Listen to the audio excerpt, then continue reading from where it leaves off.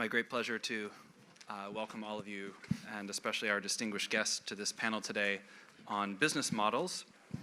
Can online media be profitable in today's media environment, and can print media survive? So we've gathered a star-studded cast of journalists, publishers, and influencers in a variety of different media to discuss that. So very pleased to welcome today Jacek Karnowski, the editor-in-chief of CHE Weekly.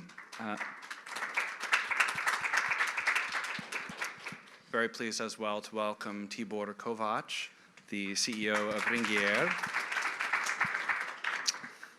As well, Yair Netanyahu, a columnist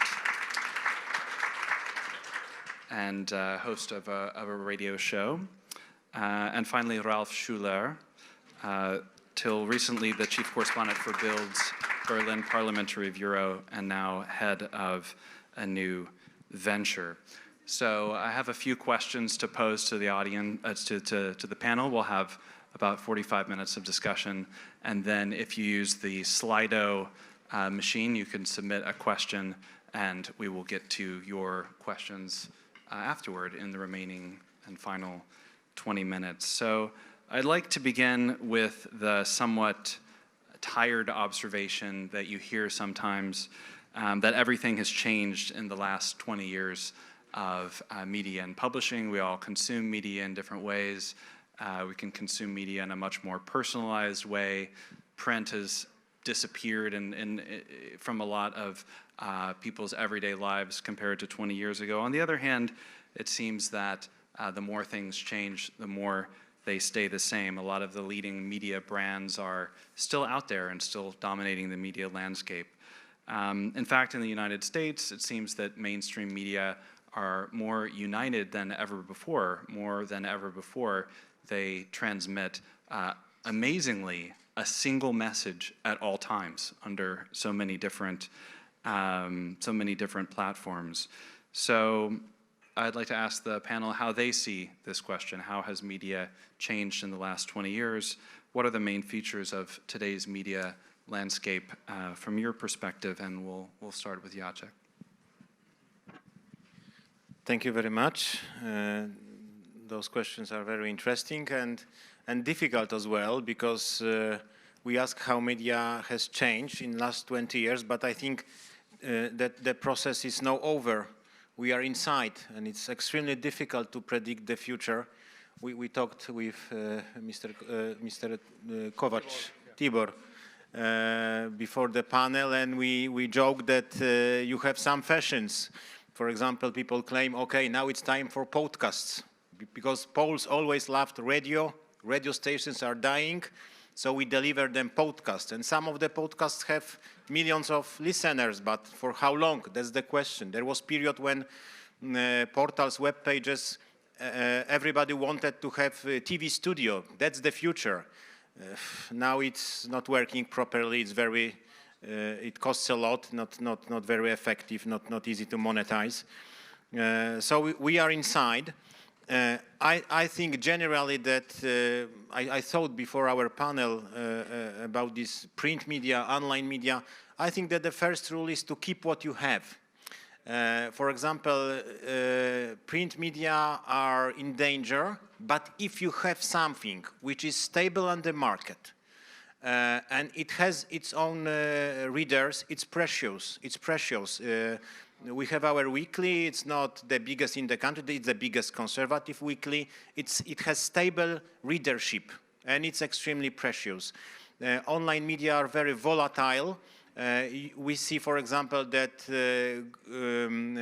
big tech companies are able to change algorithms, and from day 1 to day 2 you lose 50%, or you gain 50%, and you can't predict it. So you need constantly to have you need team which works with big techs and tries to adapt to new algorithms, which is very difficult. I always I try to travel through Warsaw by public communication. I use tram. And when you have rush hours, it's easy to see when you stand what people do with their mobile phones. And they usually, now you rarely see someone who is reading a web page, for example. They read they scroll social media, or they text messages. And young generation, even if they want to check something, they don't use Google. They check on TikTok or on Twitter. So it's completely new world, and it seemed that big web pages will dominate. Now they are at the peak of their dominance, but I think we see that social media are threatening them.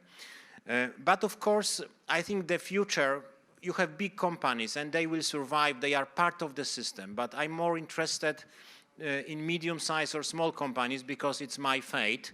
And I think they can adapt. I prefer the metaphor of boutique. You have big galleries, a lot of shops, mass product, but you also have boutiques with something original. And the more chaotic world around us, the more people will look for some kind of tower to show them. And you need faces, you need well-known journalists, you need characteristic journalists, you need distinct views to survive as a boutique. And maybe one more issue. In Poland, we have very interesting situation, very respected economic newspapers, two or three of them, they stopped publishing data about their circulation. They still do print, but they stopped because they said it's irrelevant, readership is more complicated, and they are prosperous. They have no problem. No one asks why you lost, I don't know, 25% every year. They have very strong brands, like Rzeczpospolita, the Republic, and they earn a lot of money by organizing conferences with business people, politicians, experts. They pay for it, they have sponsors. So the media phase is only pretext for a business, and they are very successful. They adapt to the new situation, adapted in a very, very smart way. Thank you. Yeah, I would join to Mr. Karnowski that we are in middle of the transformation. So it's we are talking about the transformation and changing of the formats and changing of the technological things from print machines to servers and to telco companies somehow who distribute the content. But the key is the content. Still, the key is the relevant content in any different format, even in social media, even TikTok format, or long form content for print, or even long form for online. So I think that what happened during the last 20 years, that will continue, that the quality content in any level, so it's a serious content or tabloid content. We are tabloid. We are publishing a tabloid paper, so it will have a relevance on the market. So if you have a quality relevant content and you can reach your target audiences and targeting with special contents, you will survive. The big change is what is coming now somehow is, I think, that this dual market, what we are working during the last decades, so last 100 years. So we are playing on the readers market and we are playing on the advertising market. So this dual market is during the last 10, 20 years, we shift to, unfortunately, to only the advertising market in terms of digital content. So we are not able to monetizing on a proper way on digital media. So what I think that, and I believe, and what for I'm working for, to somehow step back to this dual market, to the readers market, who will pay the content, the value, what we are producing. So that will be a huge changes.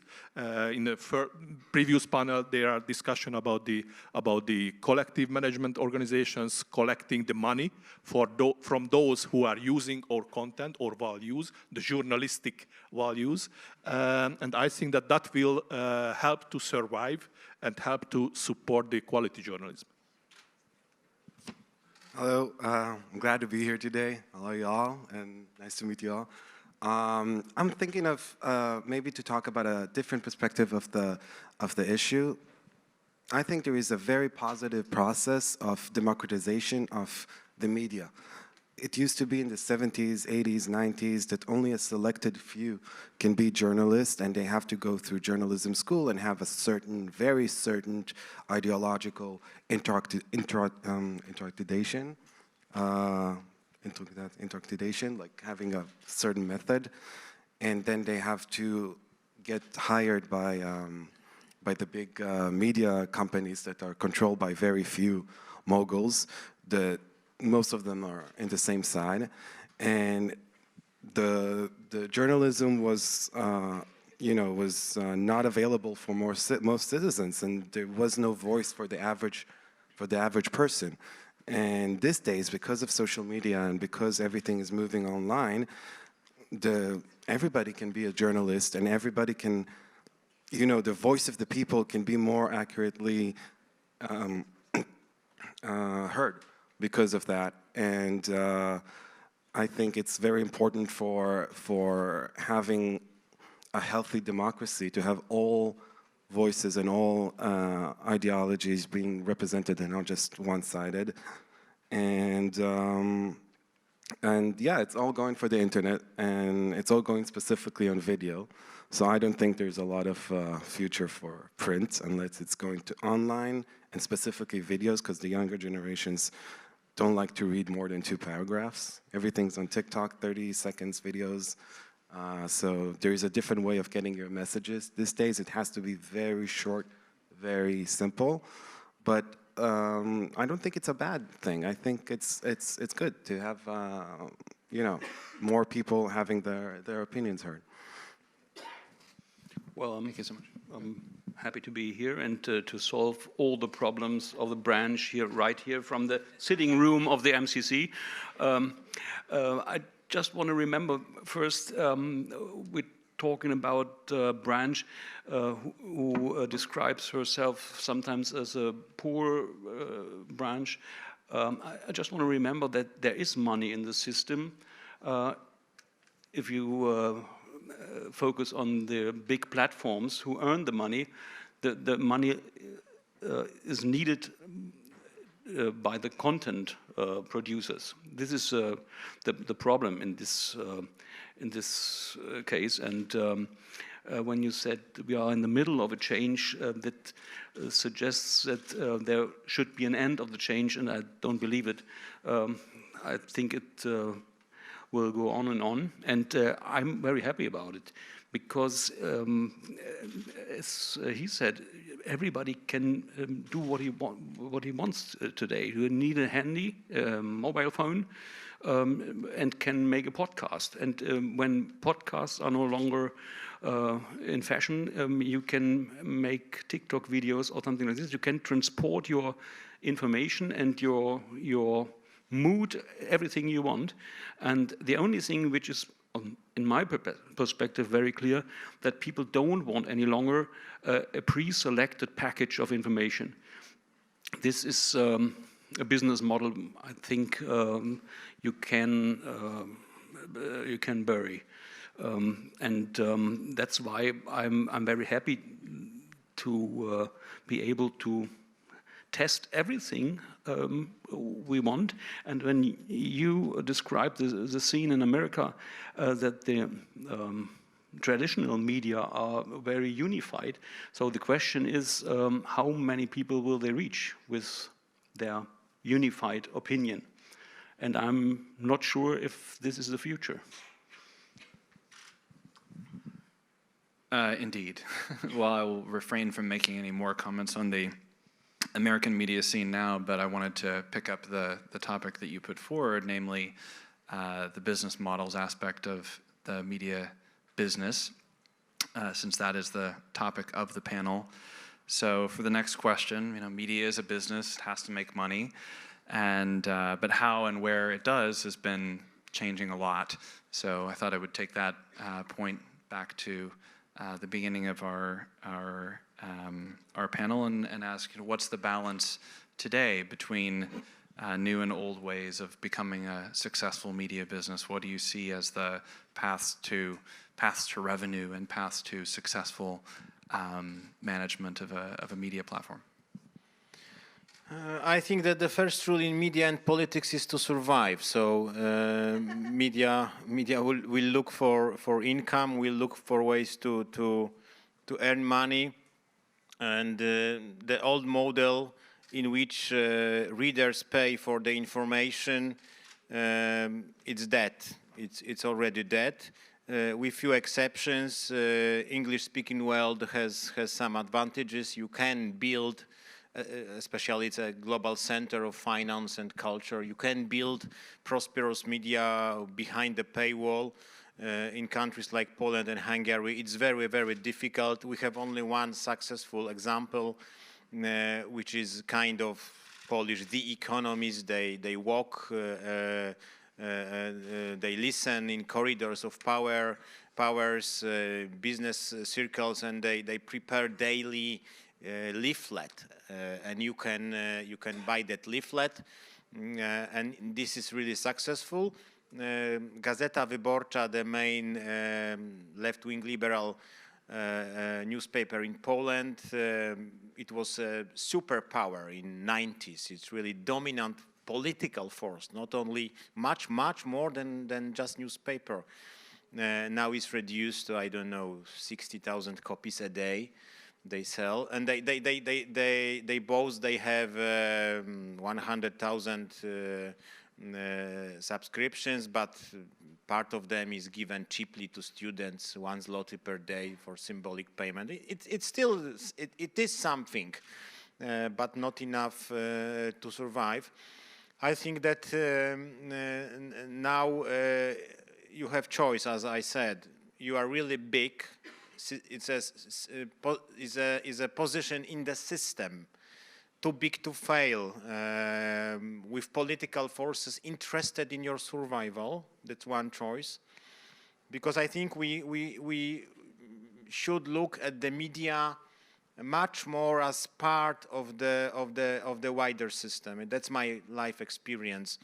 It's not that you work hard, you are talented, and you can build national medium. It's extremely rare situation.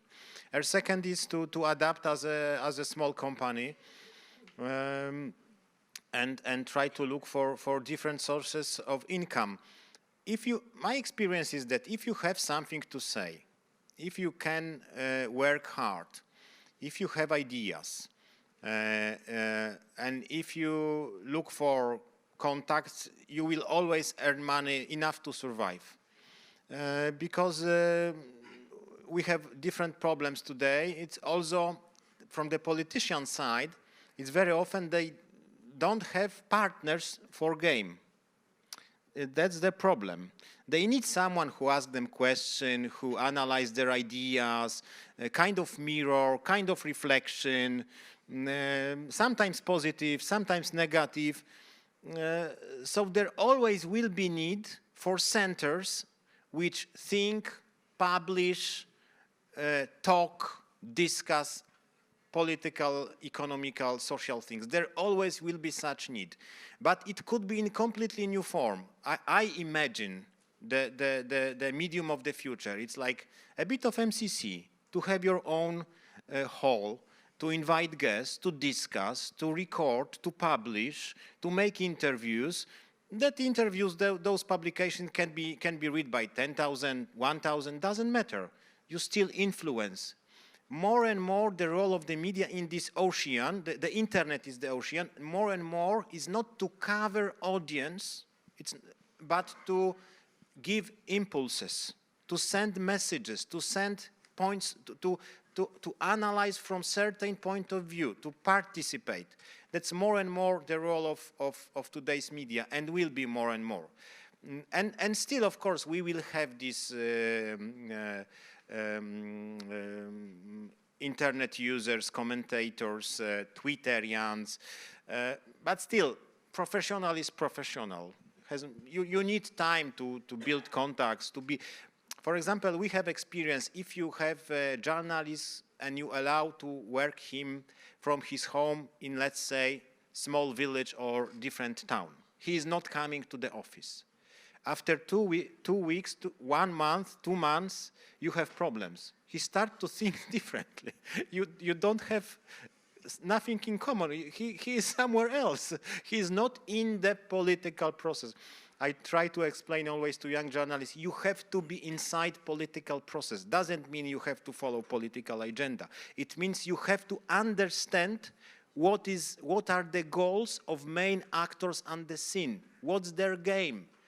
Because that's only in this situation you will understand what this means. Is it important, relevant or not? So there always will be space for professional journalists, but we are going back to the beginning.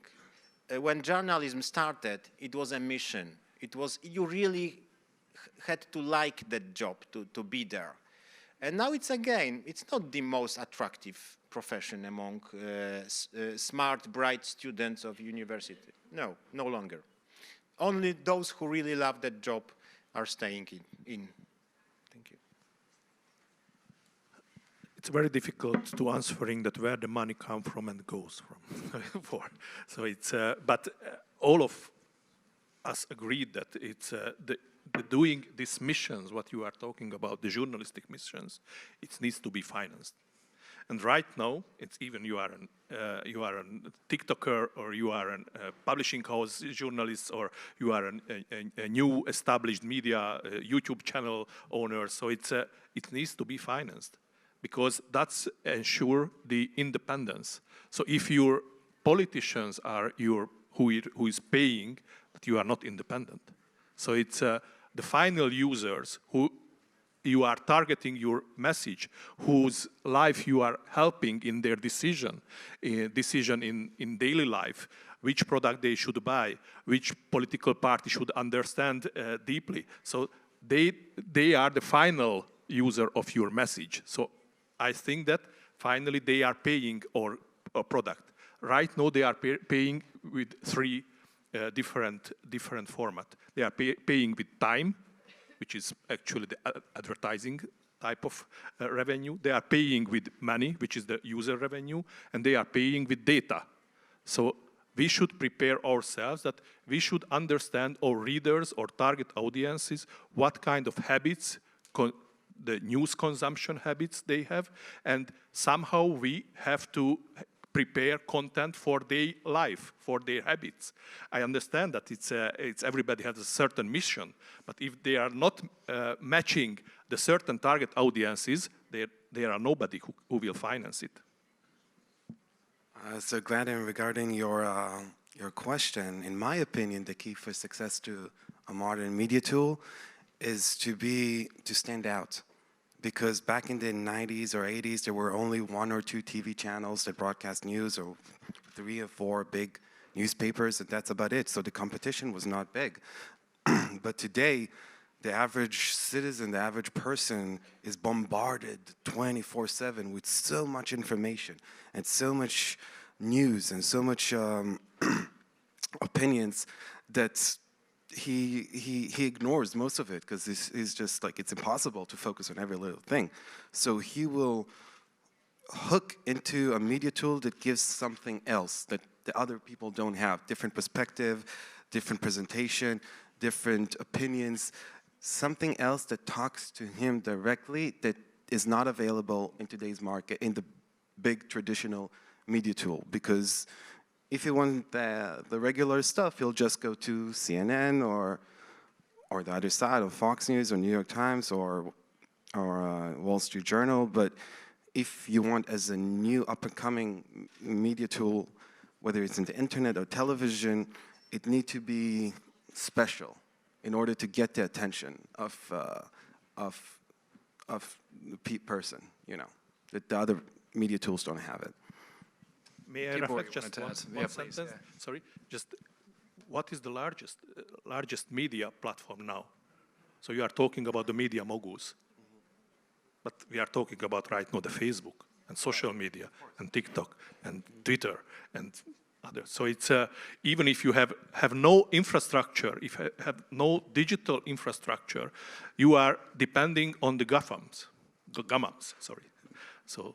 Yeah, of course you have to have a strong social media presence. There's no other way. That's a given. But every media tool have a strong social media presence. So you need to stand out even there. But until they are delivering your content, they are monetizing, and not you. Well, yes, there's no way to prevent Facebook and Instagram and TikTok from monetizing yourself. But this I don't see it as a contradiction.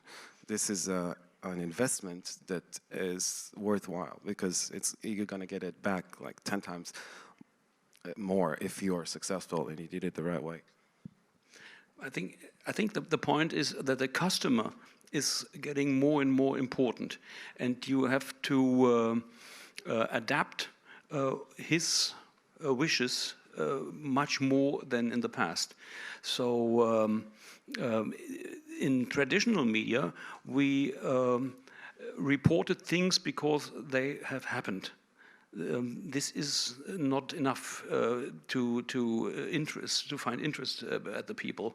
So you have to select more, and you have to select even the platform you use. And you can earn money with maybe Snapchat, but you have to deal with Snapchat very hard, and you have to be an expert in Snapchat, not only to think you can put your content from Twitter to Snapchat and to Facebook, and there will be a monetizing effect that doesn't work. In Germany, we got a trend now from beside the podcasts, which is one thing. I don't think that there's any revenue in money, but we have got another trend of newsletters. A big publisher in Berlin started various newsletters on politics, which is free of charge, and specialized newsletters on China, on East Middle Europe, on maybe industry politics or finance politics, something like this. And the more it is specialized, the more expensive it gets. And it works. The only thing you can't do is relying on the things you did yesterday and hope to make it last to the future. It won't work. And we, in my small startup, we try to be a kind of Netflix for information. So you can choose a special commentary platform from Julian Reichelt, which is kind of Tucker Carlson in America or something like this, which is very tough and very strong, commenting the political affairs.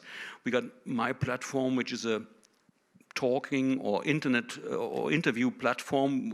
I got longer talks, up to an hour, with politicians or other deciding people. And we got another platform, which is a really talking platform, translated it's True, where we have 4 people discussing the news of the day, and you are free to write new platforms to combine the whole cosmos of information.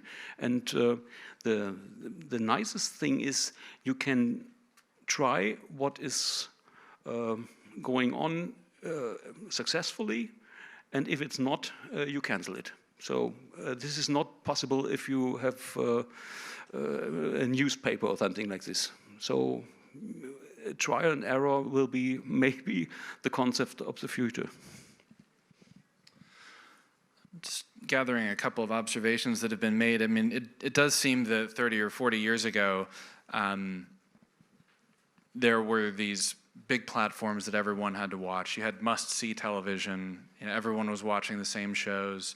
Everyone was watching the same, you know, evening news hour. Everyone got the same newspaper.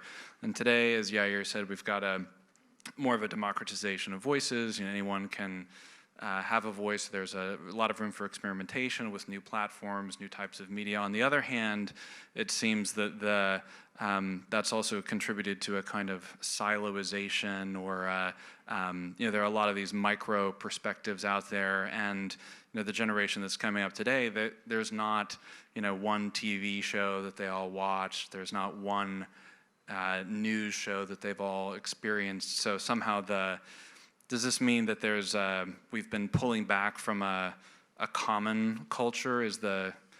People talk about the marketplace or the town square, the media town square. Is the media town square disappearing, or is it just recreating itself in a different way? How do you see this balance between the proliferation of individual perspectives and the presence or absence of a common reference point?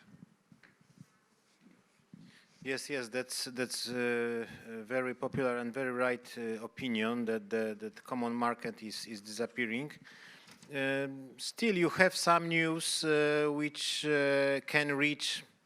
We checked it. We have cooperation with public opinion company, and it seems that you have very strong news. It's like 80%.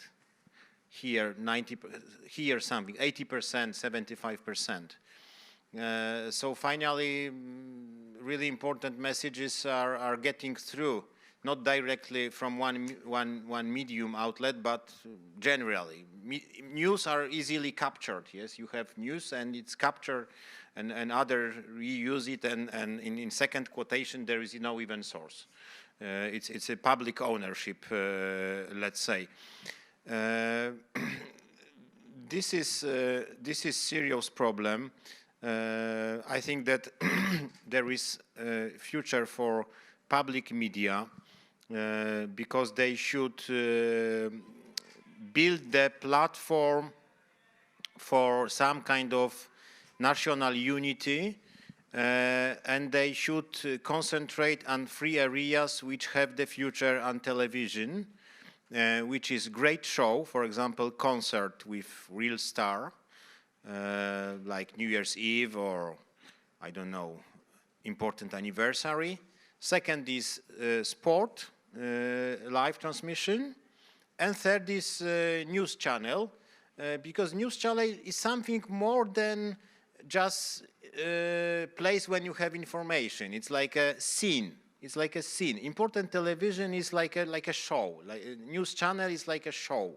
Even if you have can access to the printed or published on internet information, it's still attractive to watch news channel when you have disputes, sometimes quarrels. You know those people.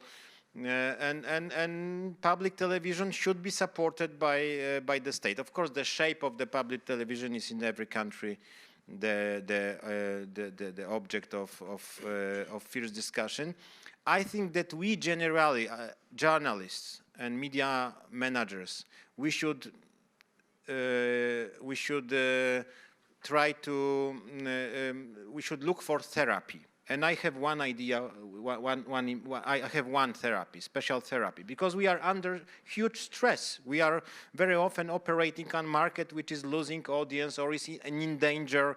That to enter the market is extremely easy, so that you have today, every day, new competitors.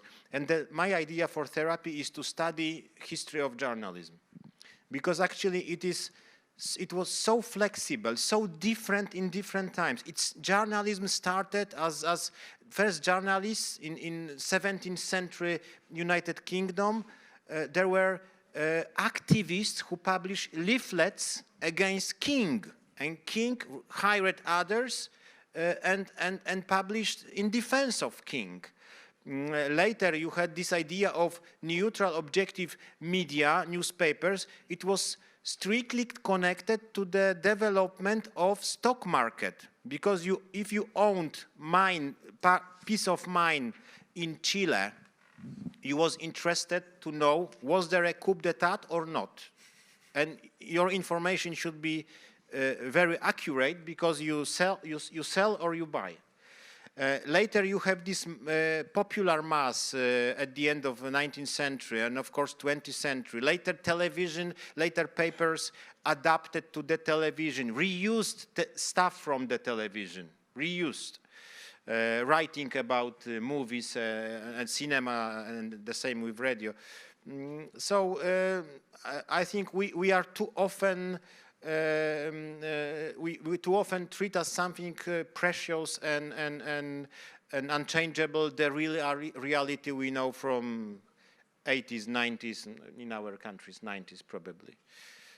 So let's see the future with optimism. My point of view, we are talking right now about the near future, the Web3, and the real decentralized content and real decentralized distribution, and no any big giants. So, of course, all the tech companies would like to go there, and all the big publishing houses would like to defend themselves. But the nature of the communication will be that much more personalized and much more individual. And Web3 technologies and artificial intelligence will support this. So it's there will be a huge bump and changes in media, and it's coming from the technology wise. So on the one hand, it's true that traditional media, and especially television, maybe newspapers just because of their cover, have a very strong influence on what will be the talk of the day, what will be a scandal, what will not be a scandal. But on the other hand, there is no real town squares as it used to be back in the 90s and early 2000s, because there is echo chambers of mostly conservatives and liberals when it comes to news. And I think it's fine, because there's no such thing as a neutral journalist or a neutral media tool. They pretended to be neutral, but they never were. CNN was never neutral, with Fox News was never, and it's fine, because then all the curtain is up and everything says, all the cards are on the table, and the consumer knows, intelligently how, like, this is conservative, this is liberal, and, take it with a grain of salt, and that's completely fine. And I think it's much better, that you can choose what is the perspective and the agenda you want to, and there's no more phony, I'm a professional, neutral journalist. There's no such thing, because for a very basic reason, journalists and media moguls, publishers or editors, they're human beings, and there's no such thing as a neutral human being. Every human being has its own beliefs and its own ideology, and even if he say to himself, oh, I'm professional and I'll try to ignore it, and it's never going to happen. So it's good that it's, everything's, all the cards are on the table. I think there are 2 points, to be honest, in analyzing media problems, we should not forget. One is language. So if you are a Danish journalist, you have a much smaller lake to fish in. Even if the whole Denmark is buying your product, it's not enough to have a solvent enterprise to be really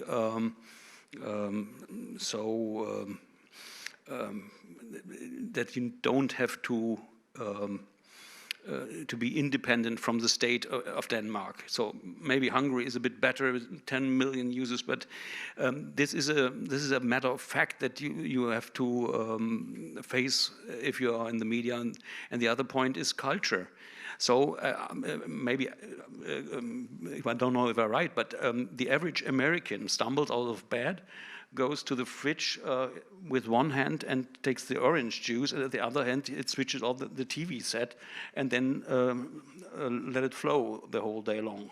We tried this by Bild with a TV channel, and it doesn't work. So Germans don't want to have TV sets in the kitchen, and they don't want to watch a program the whole day long. So you can't transfer those imaginations of the consumer of the media from one continent to another or from one country to another. And the approach of some of the TV hosts in America is much more aggressive than in Germany. And in Germany, you can't address people in a way you do in America. So we have to face what is our community and how we address them.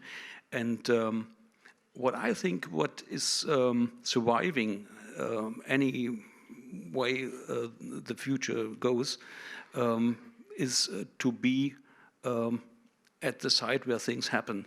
So even if you're a Twitter correspondent or a YouTuber, or if really big things happen, you have to be on the site and to watch with your own eyes. Otherwise, you only are a distributor of second-hand news. And this is, I think, it's a constant factor in the things. And at last, I think the media market we should compare with the pop music market, maybe. So you got a lot of individual producers and artists, and sometimes one is the global town hall market, and some another one, and all are competitors, and yeah, let's see what the future brings. I think the morning practices of Americans have maybe changed a little bit from what you describe. No, no longer orange juice? Well, I can only comment that I live in Texas, which is 1 hour behind Washington. So during the Trump administration, I would immediately reach over to my phone, and I had Donald Trump's account set on a notification alert. So I would, my alarm would go off and the blue light would cast itself over my face and they would say 45 new tweets from President Trump or whatever, because he got to be so active on Twitter in the morning. So I wonder if it's healthy to do this. To see Trump in the morning, but it was just to see his tweets, just the tweets in the morning, not to see Trump in the morning, not to see Trump in the morning. Live sports are an interesting aspect of this. It's certainly live sports in the U.S. are still something that people watch. Everyone watches football, and actually that's become one of the few ways that, again, if you don't watch television regularly, and many people don't watch the same shows anymore, but everyone watches sports, so there's a lot of attention to what are the advertisements during sports, what political message are the advertisements showing, and there's now a lot of discussion of this. So what cultural traits are they putting forward in advertisements, so on and so forth. Well, it's time to move to the audience questions, and we have a couple, but please submit more through the Slido application. The first question is for Mr. Netanyahu, and we can expand this to invite the others as well. But the question is, Mr. Netanyahu, how can a young person launch his or her platform? How can you make the transition from being just a voice online to becoming a platform? What is your advice to someone who wants to become a political or social media influencer? And of course, if other panelists have a thought, we can well, if you're completely unknown, I would say TikTok. Specifically TikTok. It's very easy to get viral on TikTok, but it has to be short video messaging to the point, up to 1 minute, writing posts or tweets, maybe on Twitter you can, but if you really want to be like a big influencer, it has to go through short videos that you don't need anybody. You don't need an editor. You just buy this circle light, that you put. Everyone has the circle light. You can TikTok see it circle in, you can see it in their eyes. Light that you put the phone in the middle, and you can download an app that does a teleprompter kind of thing that you you're videoing yourself with a teleprompter on your phone at the same time, and just write yourself what you want to say in this segment, and just video yourself and put it up. Of course, it's good to have also, in addition, Instagram, and it's good to have Twitter if you more want to be kind of journalist-oriented. So Twitter is a little bit different. It's all about texts, short text, not a lot, but not videos. And if you want to stand out in Twitter, you need to be a little bit more aggressive and saying things very bluntly, what you believe in. You don't need to, but you know, no need to be subtle if you want to stand out in your beliefs and your expressions. And again, I think Facebook is, I know in Hungary it's a little bit different and it's still a thing, but I think in America, Israel, most of Western Europe, Facebook is dead. It's like something for grandmas and aunties. And you know, it's like, I know in Hungary it's true, different though. Sorry? That's totally true. Right? So yeah, so don't even bother there. Just like Instagram, TikTok, Twitter. I would say Twitter, it's important to get yourself recognitions from more traditional media and journalists and independent journalists. And Twitter is such a nice place. Like everyone's kind. What a and cesspool, huh? welcoming. So toxic, but you know, if politics you're interested, you kind of have to have a presence there. So TikTok and Instagram is for the average people, and Twitter is for getting recognition in the community of political activists and journalists. Yeah.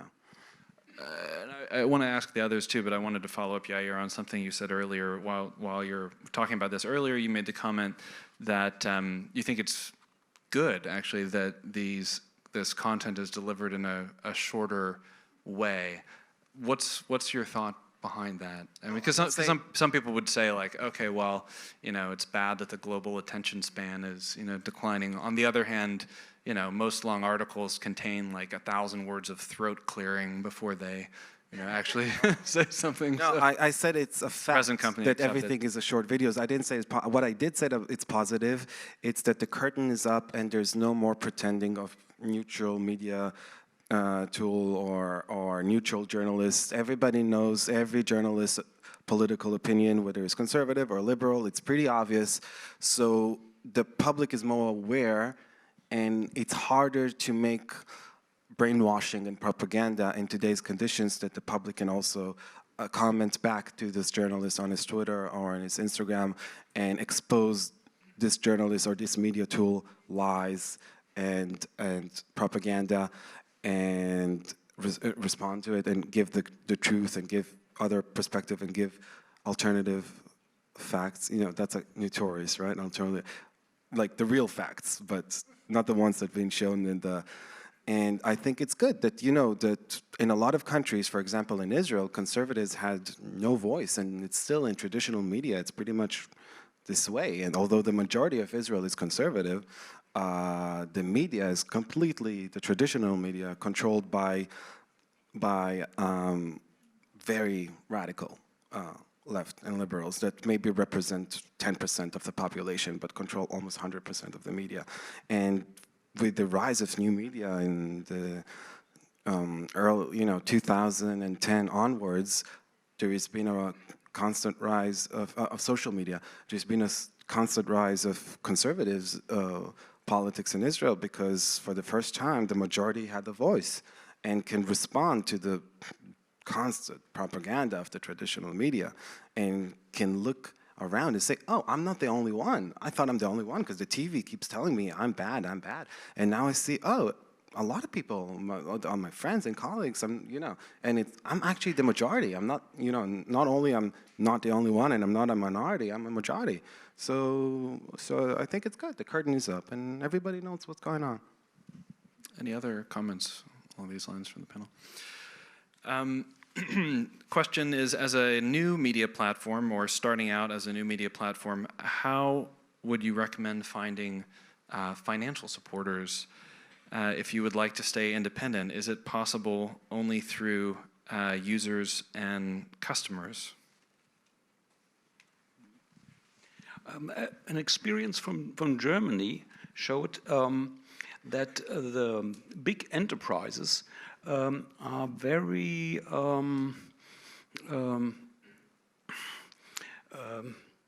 much interested in only to advertise in a surrounding of political neutrality or the right opinion, the correct opinion. So it was an interesting experience that considering that there's a gap on the right wing, on the conservative wing of media, that there were a lot of middle class enterprises interested in investing or in sponsoring, because they don't depend on the worldwide community of correctness and wokeness or something like this. There's small enterprises with 300 employees, and they were interested in monetizing internet, radio, or blogs or platforms. I don't know if this is a model which works in other countries, but in Germany it was interesting to see that the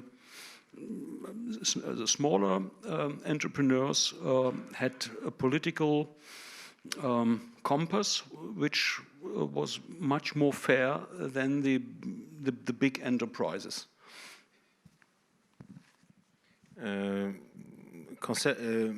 Talking about the starting the account on social media, among my generation, there is saying, "Oh, God, thanks, there was no Facebook or Twitter when we were young."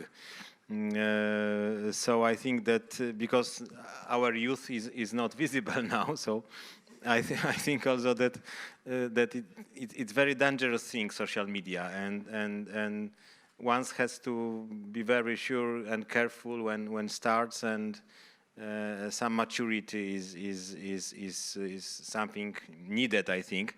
And how to start media enterprise? My advice would be to start alone with savings, because I know a lot of people who walk from one to another source of possible money, and they have difficulties, and finally when they even are given some money, at the very beginning there is so much conditions under their activity, so much duties they have to fill, so much connections. It's better to start alone, and later when you have something, you always can give your work. The work is the most precious things in the media.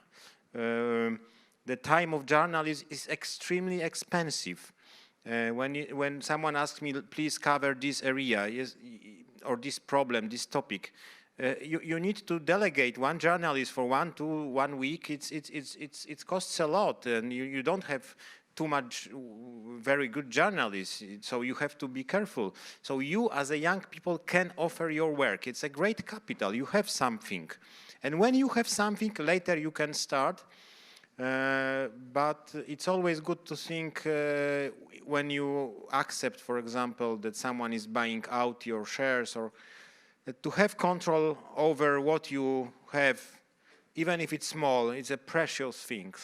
It's a precious thing. If you can control something, you have, and you are not a member of really some kind of giant which has its own interest. Thank you so much. Well, the last question will elicit some controversy, perhaps. The last question is, what is your opinion about the role of state funding in the public media in your country? I'm going to answer this first, taking the moderator's privilege or risk, as the case may be. In the United States, we have National Public Radio, which is an entity which is technically independent from the state, but partially funded by the state, and it's firmly left liberal. A few years ago, they came knocking at our door because they depend also upon donations. So they receive part of their budget from the state, i.e. from our taxes, and then they also come to the door and ask you for money as well. And I think this was during one of the presidential campaigns. And my wife was really not happy to see NPR knocking at the door because they opened the door and said, "Do you value NPR programming?" And she said, "Well, no, because you're such biased left liberal publication. Oh, well, would you consider a donation to NPR anyway in order to support our work?" And she said, "Thanks, I already do that with my taxes." Boom. So that's my answer. Yeah, so this is a hot topic issue now in Israel. Because as I said before, I don't think there could be anything as objective or neutral journalist or media tool. The same apply on state-owned media tool, and it has to be one way or another. It cannot be really neutral. So it will go either conservative or liberal. 99% of the time it will go liberal and extreme liberal, very progressive. So our PBS in Israel is funded by the Israeli taxpayer, who mostly don't watch it. There is like 1 or 2 or 3% of ratings to this channel, but we all have to pay for it, and it's representing the very small minority of the very far left in Israel, and the majority of Israelis have no say in it. I think taxpayer money should go for hospitals, for roads, for good policing, for, and not for propaganda on any sort, not to conservative propaganda as well. Just, this is not a service required from the state for the people. There's tons, especially today's world. There's so much media tools, so much information. Everything's for free. Everything's on the internet, and television is for free. Why would the taxpayer need to pay extra taxes for this? This is insane. So, yeah, that's my very subtle opinion. I like this idea, Mr. Netanyahu. So in Hungary, that it's always a debate, any countries, and also in Hungary, it's a huge debate, not only in local level, but even in the European level. What about the Hungarian state, the public media? But actually, if I do not want to analyze the content-wise, but the system itself, or at least 2 aspects I would put it. One is the regulation. So if a public media is somehow belongs to or reporting to or reflecting the parliament, the elected parliament, that could be fine somehow. If a parliament is a colorful, the public media should be colorful because of the compromisum of the parliament. If there is a majority, that's majority dictating somehow.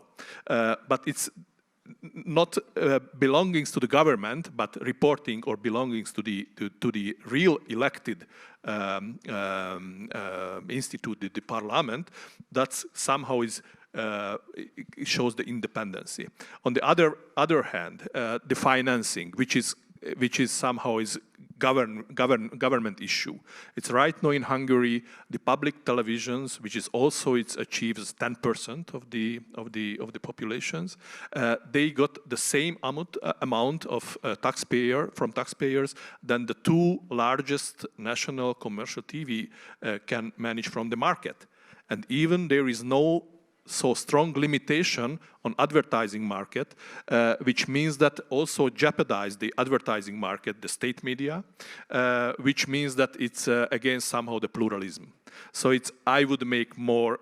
So I would give less taxpayer for tax money for the state media, as Mr. Netanyahu mentioned, but no taxation without representation, right? Yeah, yeah. So that's this point: the regulation and the economical ecosystem, actually.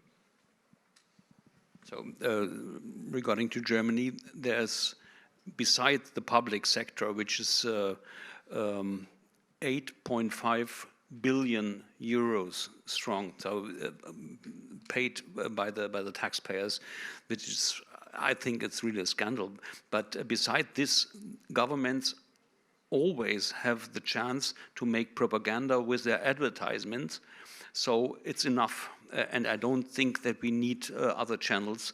And it's always, if the public channels are infected by propaganda. And I think media and journalists should be somehow market-related, so that they are interested in if somebody wants to see or to listen or to read what you do there. And if you are completely out of this connection to the customers, this is it's no real situation. I think it always depends on the situation, and the main point of view should be the question: do we have pluralism on the market or not? And sometimes, because we can't say that always the media system you inherited, our generation inherited, is proper. It's an absurd idea that every intervention is a crime. And I think also in open discussion we should say that some transfers from the private sector to private media organizations, they are as political as state transferred to state media. That's the same level of political activism, intentions, and the same idea. If you see a lot of, in Poland, if you see a lot of foreign companies advertisement in private media, it's obvious, large part of them is not because they want to sell their products, because the more efficient way is to go through Google, Facebook, but they want to support those media institutions. So like we discussed different areas before, everything has changed, and also the idea that every private commercial is because of the company's interest is not valid in my opinion, any longer. Thank you to each of you, and please join me in thanking our guests as well. Thank you, Gavin. Thank you very much. Thank you all. It was a pleasure.